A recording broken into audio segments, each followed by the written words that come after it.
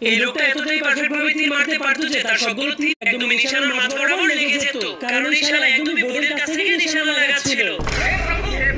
আর এই লোকটাও একদমই পারফেক্ট ভাবে বলে নিশানা লাগিয়ে দেয়, যার ফলে সবগুলো বল একসঙ্গে ফুটোর দিকে যেতে শুরু করে দেয়, কারণ সে সবগুলো বলকে একসঙ্গে সুপার গ্লু দিয়ে লাগিয়ে রেখেছিল।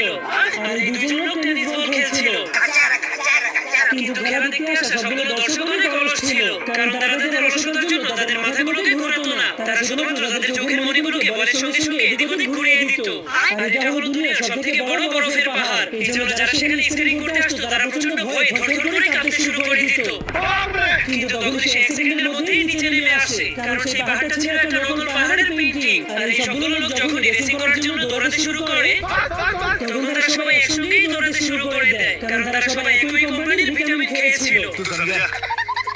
আর এই মেয়েগুলো সাধারণ রেস করতে শুরু করে, কিন্তু তখন হাজার হাজার মানুষের ভিতর থেকে একটা জলপরি সেই রেসটাকে